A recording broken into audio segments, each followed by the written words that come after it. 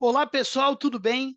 Esse vídeo é um vídeo especial que vai falar sobre um assunto super na moda, super atual, que é a venda de carteira, venda e compra de carteiras. E eu, para esse vídeo, convidei o Diogo, da Blue 365, que vai estar com a gente, falando um pouquinho sobre esse tema, como eu disse, atual, e que está aí no momento do mercado em super destaque. Esse ano de 2022, estima-se já uma venda de carteiras por um volume de 60 bi.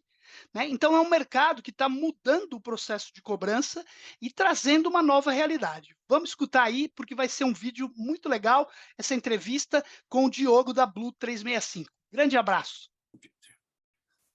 Bom, pessoal, como eu comentei, o dia hoje é aqui de bater um papo com o Diogo. O Diogo é um grande amigo aí da Blue.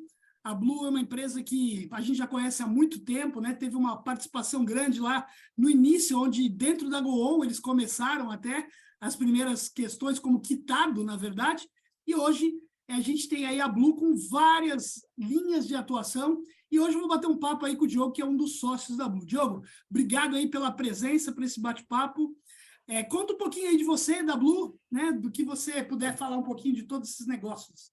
Legal, legal. Obrigado, Tambellini. Putz, um prazerzaço te reencontrar aí, né? A gente já cruzamos caminhos em outros momentos. Exatamente. Eu sempre brinco que cobrança é uma ervilha, né? A gente vai para um lado, vai para o outro, vai para cá, vai para lá, mas sempre cruzamos aí as mesmas pessoas, boas pessoas, e alguns novos entrando nesse mercado aí, mas quem é de cobrança, eu brinco que fica viciado Exatamente, nessa brincadeira. A gente fala que é um mosquito que pica a gente, né, cara, e não larga mais, cara. Vive estressado com o negócio, mas não sai dele, não né? Sai, não larga. Eu tive uma experiência de ficar bastante tempo em cobrança, e depois eu fui trabalhar em crédito, só uma história rápida, né, cara? E crédito não tem o mesmo dinamismo que cobrança, né? Você tem uma política, quanto tempo demora para ver se a política fez efeito ou não? Aí dá aquele marasmo, né? Na cobrança, você mexeu um botão hoje, amanhã você já vê se você fez alguma coisa errada ou não. Então, bom, legal. Cara, eu vou falar um pouco aqui da Blue, enfim, né? Você participou aí do início como quitado, a gente fomos a primeira plataforma de cobrança no mercado, hoje a gente tem uma série de concorrentes aí com características diferentes. Seguimos, né? Atrás de mim aí tem três soluções, três produtos, né? Então, o Blue Digital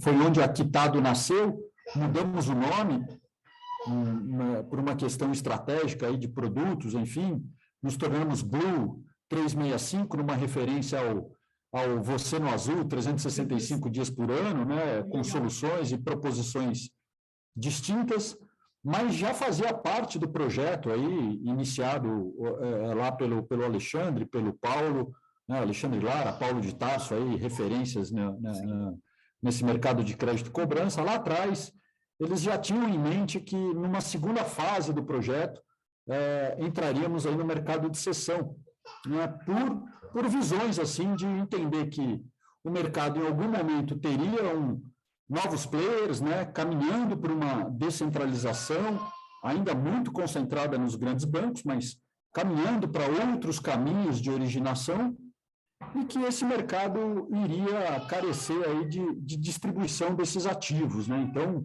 em mercados mais maduros, né, isso o mercado de cessão de crédito já é algo bastante consolidado. Tem um barulho de fundo aqui, que é home office é assim, home cara. office, né? A vida como ela é, tem um pequeno home office é a 10 vida meses. como ela é, cara. Eu lembro que eu estava fazendo uma palestra, cara, e aí acho que minha mulher chegou, e aí o cachorro, cara, deu aquela latida, né? Aí no final da palestra eu falei, eu queria agradecer a participação de todos, inclusive do meu cachorro. Então, eu agradeço aqui a participação do Gabriel, ele tem 10 meses aí. Sem problema nenhum. E está participando aqui, brigando com o sono. Isso aí. Então, a gente já sabia que esse mercado precisaria aí, ou teria oportunidades para esse crescimento, né? E com players, além dos grandes players, né? Dos players já tradicionais, já reconhecidos no mercado, com trabalhos em carteiras bastante importantes, bastante de grande volume, e a gente entendeu aí que talvez para o mercado menor, para as fintechs, para o segmento varejista, para o Buy Now, Pay Later, para todos esses aí que estão conquistando o seu espaço, talvez teria uma oportunidade para democratizar esse acesso. Então, a gente entrou com um produto que chama Blue Cash. Foram 4 anos 2 anos de planejamento e 2 anos que efetivamente a gente vem comprando carteira no mercado. Legal. Felizmente aí com um ramp-up bastante acelerado, e recentemente aí a gente começou com um veículo securitizadora e recentemente lançamos um FDIC no mercado. Legal. Então a gente tem os 2 veículos, tanto FDIC quanto securitizadora. Ótimo. E aí depois a gente pode tocar outros papos aí. Legal. E esse aí é um mercado, né, que esse ano aqui tem já um crescimento aí, talvez recorde já, né? Acho que é a primeira vez a gente está falando aí de valores que estão atingindo aí 60 bi em aquisições, né? E, quer dizer, a gente vê que isso também é uma tendência, né? Eu lembro que lá atrás, quando se falava de aquisição de carteira, e eu estava numa telecom na época, né? E aí a gente fala, puta, cara, vamos ver se a gente consegue vender um pedaço dessa carteira. A gente era telecom, mas já vindo de uma cabeça de financeira, cartão de crédito, então a gente já sabia que chega uma hora que, cara, não dá mais, né? A carteira não dá mais o que você pretende, e aí a grande questão é, puta, se ela não dá, por que alguém compra? Mas não é o ponto dela não dar mais, é o ponto de você continuar investindo dinheiro dentro do teu negócio, que não é de cobrança, é de uma outra coisa, né? Você é uma financeira, teu negócio é emprestar dinheiro, você é uma empresa de varejo, teu negócio é vender ramo mole, ramo duro, enfim, seja lá o que for. Né? Cobrança é um negócio que realmente está se desenhando por todas as mudanças. Eu estou há 30 anos nesse mercado e eu vejo o quanto que esse mercado já mudou em termos do consumidor inadimplente. E aí eu vejo que a gente ainda tem uma dificuldade muito grande de mudar, né? em termos de quanto credores e cobradores. Mas isso, de uma certa forma, com o tema securitização, já vem acontecendo. Você falou de bancos, né? Hoje os grandes bancos talvez sejam os protagonistas desse processo, de uma certa forma, que também já buscaram, inclusive, ter suas carteiras, ter suas empresas securitizadoras, né? Ou para comprar a sua própria carteira, isso, na verdade, não é uma obrigatoriedade, né? A gente vê bancos que têm hoje uma securitizadora que cedem para o mercado como um todo, né? E, então, esse é um mercado, sem dúvida nenhuma, que cresceu e vem crescendo e ainda vai crescer muito no Brasil. O que você visualiza para os próximos anos, assim?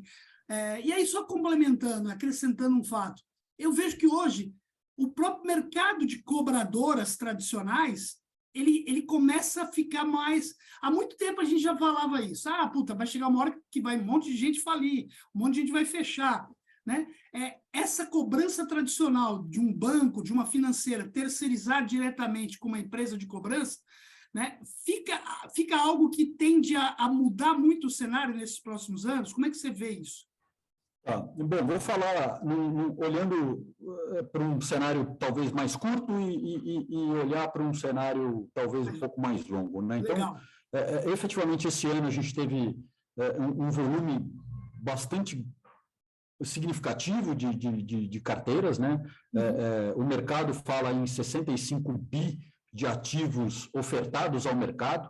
A gente aqui precificou, passou pelas nossas mãos aqui de precificação, entre processos que a gente ganhou, não ganhou, enfim, quase 14 bilhões, né? Pensando que a gente está nesse mercado há 2 anos, né? Então, a gente percebe aí uma movimentação diferente. A gente também entende, né? Você do mercado de cobrança sabe melhor do que eu, e talvez para quem a gente está falando aqui, a gente sabe que os investimentos necessários para uma cobrança até 90 dias, até 120 dias para uma carteira acima de 120 dias, 180 dias, 1 ano, 2 anos, os investimentos são outros. Tanto em termos de equipe, ramp-up, estratégia, sistema, custo de externo, né? Campanha, externo, localização, enfim. E a estratégia é completamente distinta. Quem cobra bem faixa de atraso curto não necessariamente cobra bem faixa de atraso longo. E quem cobra muito bem atraso longo não necessariamente cobra bem atraso curto. Então, os grandes bancos, né, eles têm isso já dentro das suas estruturas. Faz parte da estrutura de risco de qualquer banco ter pessoas especializadas em recuperação. Mas será que esse é o objetivo das fintechs, do segmento varejista?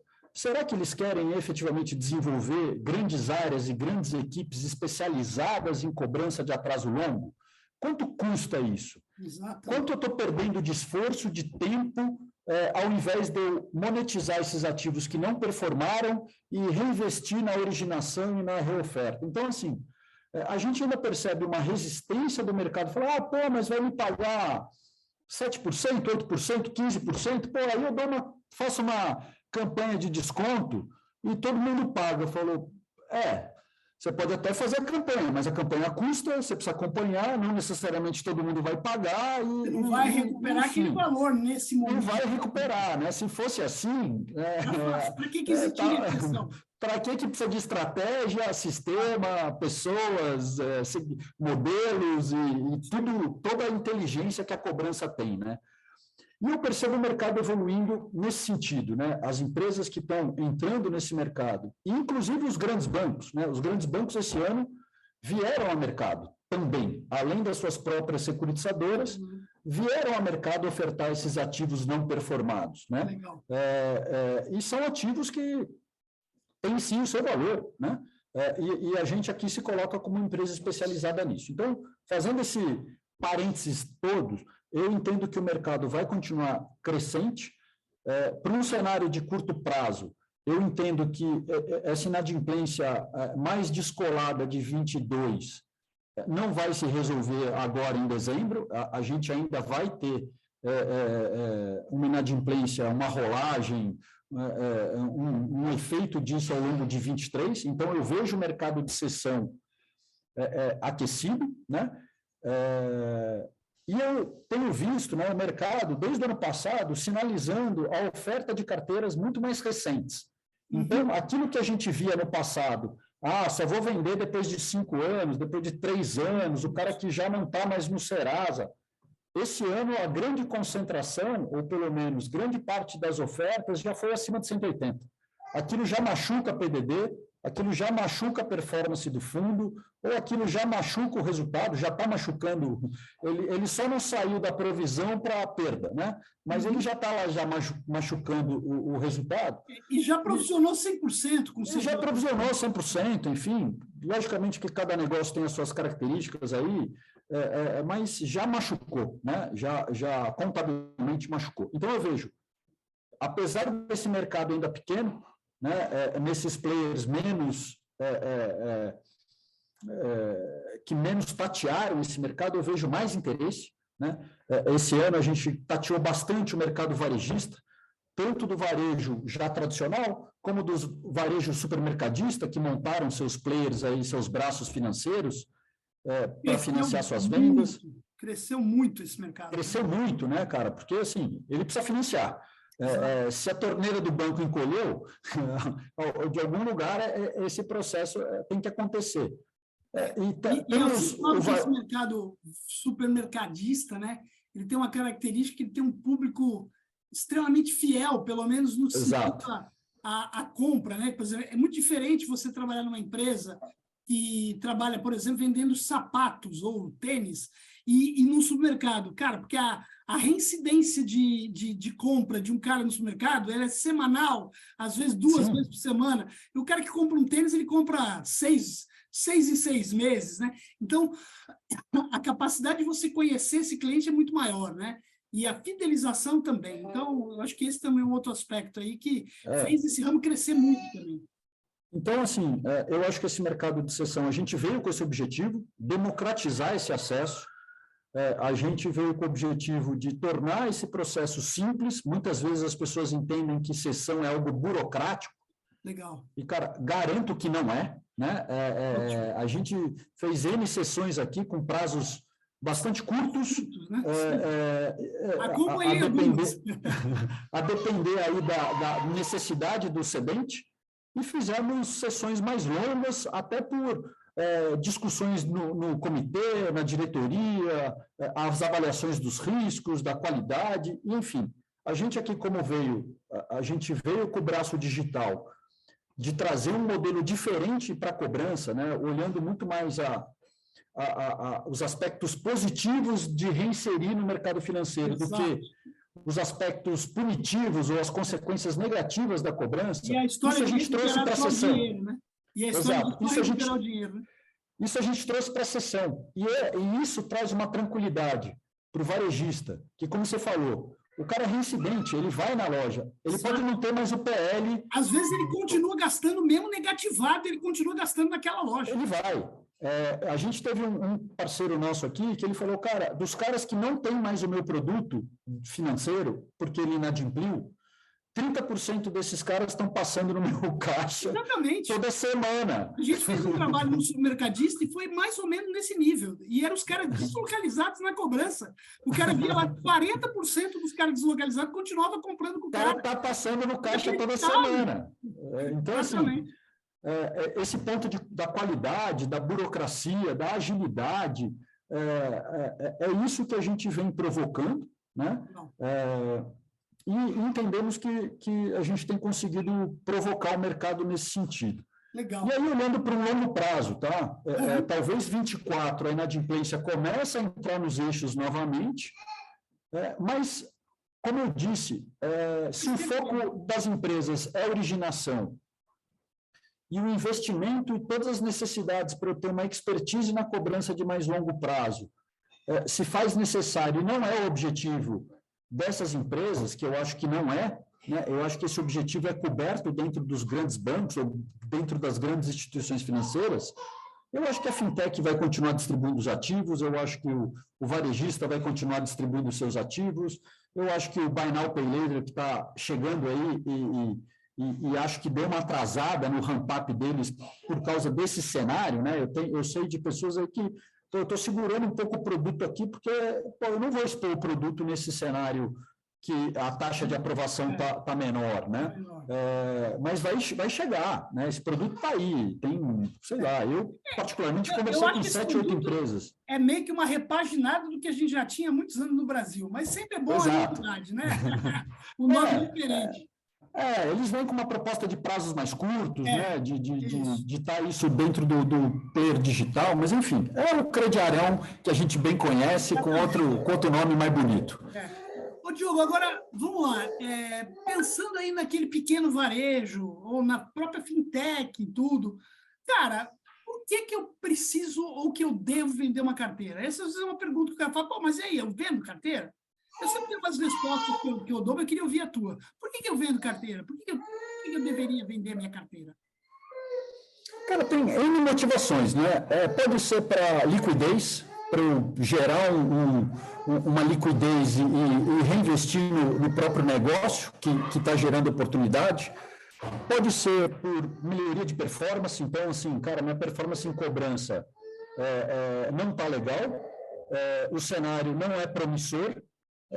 Será que vale a pena eu pagar para ver se eu vou conseguir reverter o resultado ou não? Ou, cara, vamos antecipar aqui, fazer a venda e garantir o resultado. Isso a gente percebe nesses players que têm venda recorrente, a preocupação dos fechamentos de quarter, né? Ou de fechamento dos meses.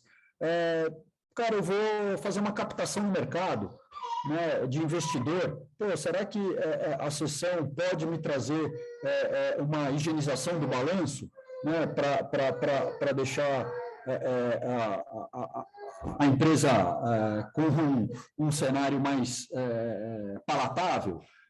Pode ser por benefícios fiscais ou contábeis, pode ser por provisionamento. O provisionamento custa, né, cara? Quanto está me custando? E aí o motivo que a gente falou. Cara, a especialização que eu preciso ter para uma carteira acima de 6 meses, acima de 1 ano, acima de 2 anos, eu preciso montar time. Eu preciso ter CRM, eu preciso ter estratégia, eu preciso ter modelo, eu preciso ser eficiente, né? Porque cobrança hoje em dia não é cobrar com intensidade, né? Quanto custa cada ligação? A regulação da Anatel, que agora caiu dos 3 segundos, quanto aumenta isso? Só ligação funciona? Não, eu preciso ter o digital. Só o digital funciona? Não, eu preciso ter a ligação. dá para eu pagar por boleto ou tenho que ter Pix também? Cara, o negócio vai virando Exatamente. Um balaio, cara, que dependendo do meu foco, eu saio do foco. Exato. E perfeito, eu acho que quando eu falo que eu tenho algumas respostas, são exatamente essas que você me deu, no sentido de, cara, o que você precisa hoje, né? Você precisa de dinheiro agora, você precisa de injetar caixa, você pode esperar mais tempo, isso está pesando no teu balanço, perfeito. Eu acho que é exatamente isso. Agora... E tem uma situação aqui específica, tá? Às vezes o cara não precisa de caixa, ele não precisa de nada, mas ele fez uma captação via FDIC, esse FDIC precisa encerrar a performance. Cara, por exemplo, né? Então, assim, a empresa é capitalizada, não tem problema de balanço, não tem problema de nada, só que o FDIC de crédito já foi, já deu o que tinha que dar, tem uma carteira lá, como é que eu encerro esse FDIC e abro um novo veículo? Cara, vamos fazer a cessão dessa carteira, né? Então, enfim, motivações não faltam, a gente consegue se encaixar em todas elas. Acho que é legal aqui que a audiência sempre tem diversos tipos de pessoas com conhecimentos diversos, então eu estou indo mais nessa pegada aqui para o varejo menor, para o cara que... e aí, assim, você falou em sessões aí que ocorreram rapidamente, né, Como é que são aí as principais etapas de um processo desse? Conta um pouquinho para a gente nesse sentido, que acho que é legal o pessoal entender, para entender que esse negócio não é um bicho de 7 cabeças mesmo.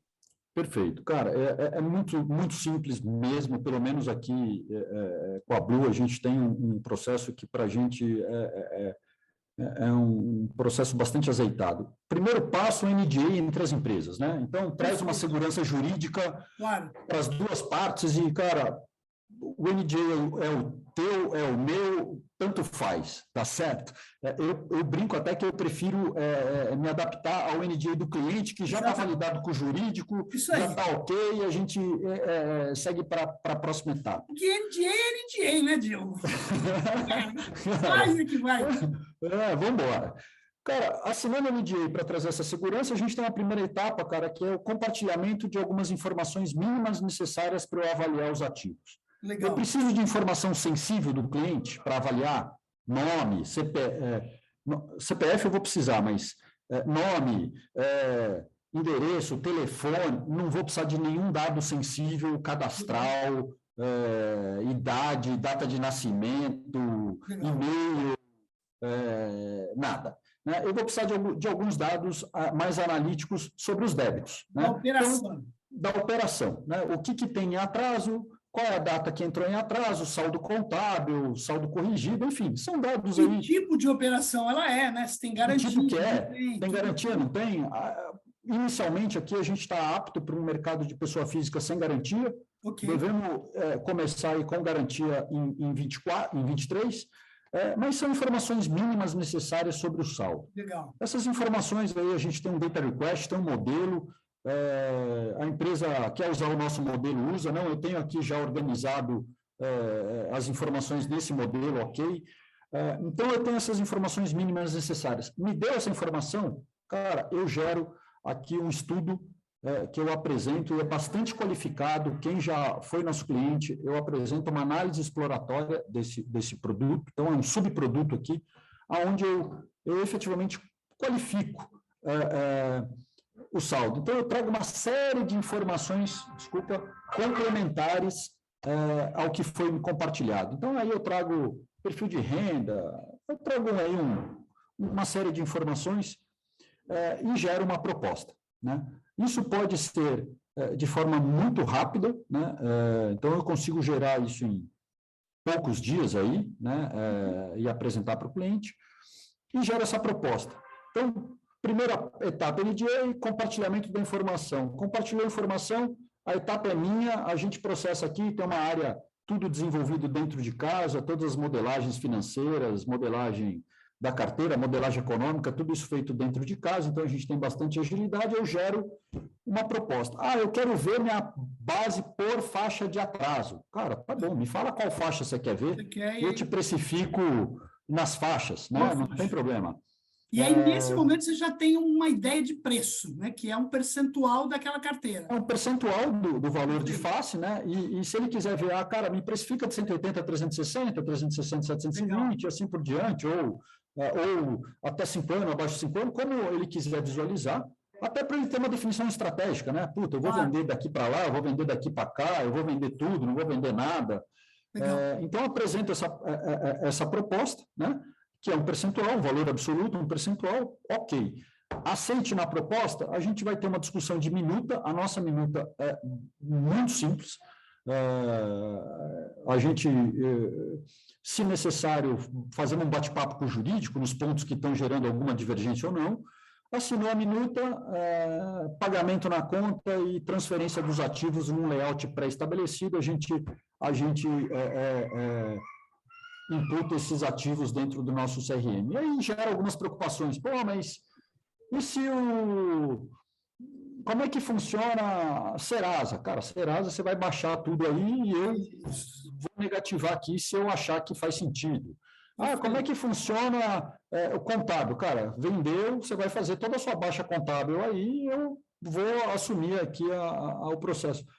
Qualidade, o cliente reclamou, cara, de primeiro passo, a gente para aqui e vai conversar com vocês para entender qual a origem dessa reclamação, o cliente está falando que nunca teve o débito, enfim. Fraude, por exemplo, né?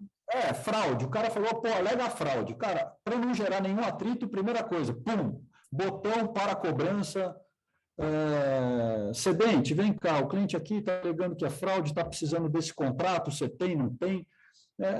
Caso tenha qualquer situação aí que gere uma indenização, tudo isso é muito definido, há 3, 4 situações que são definidas em contrato, que é a ausência de documentação, a alegação de fraude comprovada, poucas situações ali, que é praxe do mercado e que o cedente me indeniza pelo valor que eu paguei. Tá? Então, se eu paguei 10%, ele vai me indenizar 10%, se eu paguei 15%, se eu paguei 1%, é 1%.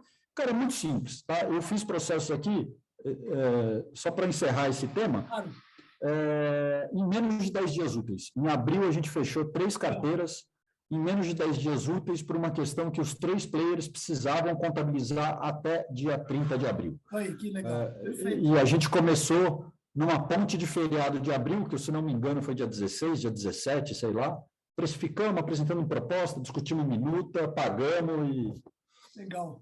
Muito bom. E você falou da negativação, né? Você falou, negativação eu faço ou não, dependendo da situação. E aí é importante dizer, por exemplo, se o cara está lá há 4 anos e 11 meses negativado, esse cara ele vai lá e vai tirar.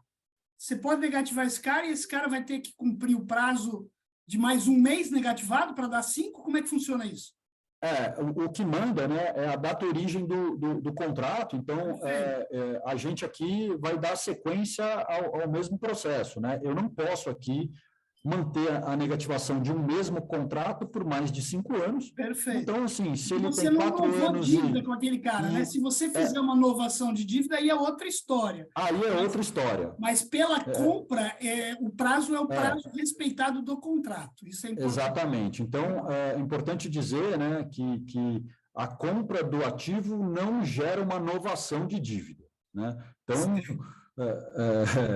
carteiras aí com mais de 5 anos e que já prescreveu o prazo de restrição financeira, eu aqui não vou poder inserir esse cara, eu vou ter que seguir na cobrança extrajudicial. Você sabe que eu tenho um Credcast também, que é um podcast, né? E aí, num desses Credcasts, a gente fala que todo mundo tem um nome de uma pessoa que é cobrada no seu telefone, né?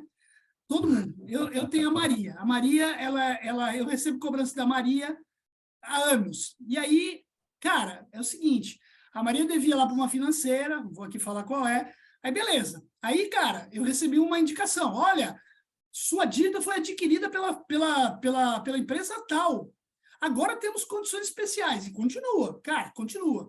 Aí eu recebi uma recentemente, cara, Maria, agora é a hora de ser sua hora. Deixamos você com a melhor condição que você já teve. Aí eu falei, não aguentei, eu respondi, eu falei assim, nossa, que legal, pena que eu não sou a Maria, senão eu pagava, porque agora tem a condição. Mas, assim, é inacreditável, né? E essa é a outra questão, né? Quer dizer, você recebe um cadastro que o cara lá, você está você vai receber o cadastro com a qualidade que o cara também tratou ele, né? Quer dizer, você vai continuar ligando para a Maria e oferecendo coisa para a Maria. Né? A gente aqui faz uma tratativa dos dados cadastrais, né, cara? Até pela base que vocês têm, né, Diogo? E por sermos o principal, né, a gente tem os nossos parceiros aqui, tem um parque de escritórios aqui que são parceiros para essa carteira comprada. Legal. Mas a gente tem grande força aqui, é o nosso digital, né? Hoje, sim. Diria que 50% a 60% do resultado vem dos canais digitais, e no digital a gente tem uma inteligência muito forte aqui, até porque o digital exige isso, né? Muitas vezes o principal ponto de apoio para a ativação inicial ainda é o SMS, né? Então, o SMS tem taxas de não entrega de 30% a 40%, a gente desenvolveu modelos internos aqui para jogar essa taxa para próximo de 10% de não entrega, então a gente tem uma base aqui de celulares e de retorno que a gente consegue trazer uma inteligência muito forte para essa estrutura. E é o que você falou, né? A carteira de NPL, existe esse desafio, localização, né? Não é porque a gente comprou uma carteira que a carteira se tornou um negócio, agora está cheiroso, comprei, NPL é NPL, né? A gente aqui não chama de crédito podre, não gostamos dessa designação, crédito não performado, né? E aqui esse crédito não performado é o nosso negócio. Legal. Pô, muito legal, cara. Acho que a gente falou aqui um pouquinho de uma visão bem legal do que é a cessão de carteira, né? Esse produto que, cara, está crescendo muito e quem ainda não fez, no mínimo um dia vai pensar em fazer. Que é isso que a gente pode falar aí para dar uma concluída, deixar uma mensagem para a galera? O que você eu acho assim que muita gente aí, a gente conseguiu fazer algumas provocações para as pessoas entenderem o que é esse produto. Legal. Como funciona. A gente tem uma metodologia aqui muito bacana. Quem tiver interesse, eu convido para a gente bater um papo, marcar uma apresentação da nossa metodologia. Legal. Como é que funciona. É realmente simples, é realmente desburocratizado. E a gente entende, e o que a Blue quer, né? Algumas coisas, né, que são importantes. A gente aqui não arbitra preço, não deprecia o ativo, o preço é justo, transparente, e o ativo vale o quanto ele vale. Tem que ser um valor que faça sentido para quem está vendendo e tem que ser um valor que faça sentido para que a Blue possa fazer resultado em cima desses ativos. E o que a gente quer aqui é ser parceiro estratégico de todos os nossos clientes. Então, você perguntou para mim, mas quais são as motivações, né? As motivações são várias e podem ser diferentes a cada momento do negócio.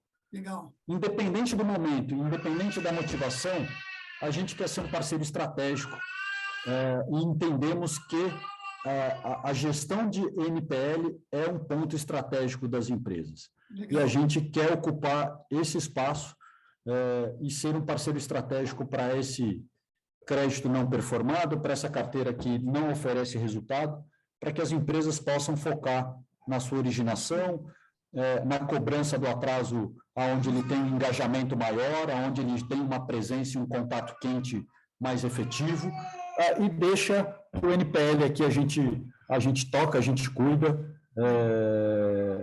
Eu acho que é isso, é um convite mesmo para todos, vários aí da tua audiência talvez já tenham conhecimento, já tatearam ou até já conversaram com a Blue, outros aí não, né? Tem empresas assim, muitas vezes empresas que estão iniciando o seu processo de profissionalização, algumas ainda olham a securitização como meio torto, meio... Tem certo preconceito. Preconceito. Não, isso aí me dá problema, isso aí me dá confusão, isso aí... Meu cliente, como é que meu cliente... Meu cliente.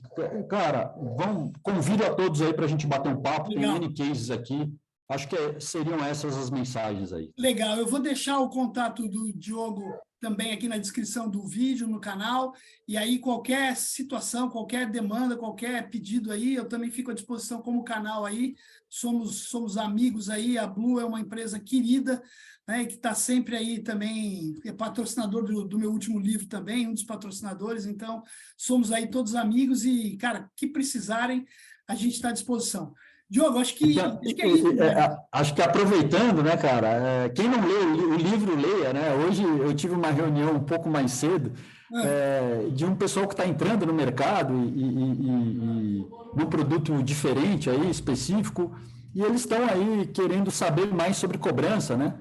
E aí eu citei teu nome e falei sobre o livro. Falei, cara, o Tambellini tem um livro, e aí o cara pegou e mostrou assim, pô, não dá para ver aqui, mas esse livro aqui eu tô lendo, cara, muito bom. Mesmo, cara? Eu só, sabe uma coisa, Diogo? Eu só não sei, velho, cadê o dinheiro que vem dessa venda de livro, velho? Porque em mim não chega, viu? A Amazon já deve ter ganho um dinheirinho comigo, mas para mim não chega. Mas o objetivo não é esse. O cara de BH, hein, meu? O teu livro estava na mesa dele, a gente falando sobre cobrança. Que legal, cara. Não, eu já tive essa situação também, cara. Eu tive pessoas que falam isso e, cara, para mim, assim, eu brinco com esse negócio do dinheiro, cara, mas... Cara, eu nunca escrevi livro para ganhar dinheiro, né? Eu escrevi livro para poder compartilhar conhecimento mesmo, porque eu acho que o mercado carece de conhecimento. E esse livro aí eu tive o prazer de escrever com 24 profissionais. O Lara, que é um dos sócios da Blue, é um dos, que fala, inclusive, de cessão de crédito no livro. E, cara, eu recomendo todo mundo aí, quem não leu ainda, o mercado de crédito, mercado de cobrança e recuperação de dívidas ontem, hoje e amanhã. Histórias, né, muito boas, né? Quem trabalhou em cobrança, cada um, se a gente tem as histórias de cobrança também, exatamente. Essas histórias são fantásticas, né, cara? Eu tenho algumas aqui da época do ABN, do Real. Olha, eu tenho para escrever mais outro livro, viu, velho? Obrigado aí pela oportunidade, pelo papo. Obrigado mesmo, cara. Eu convido todo mundo aí a curtir o canal, fazer perguntas, tabelar com a gente aqui, porque foi muito legal esse bate-papo. Diogo, obrigado aí, cara. Até a próxima, velho. Até a próxima. Valeu, Tamba. Obrigado.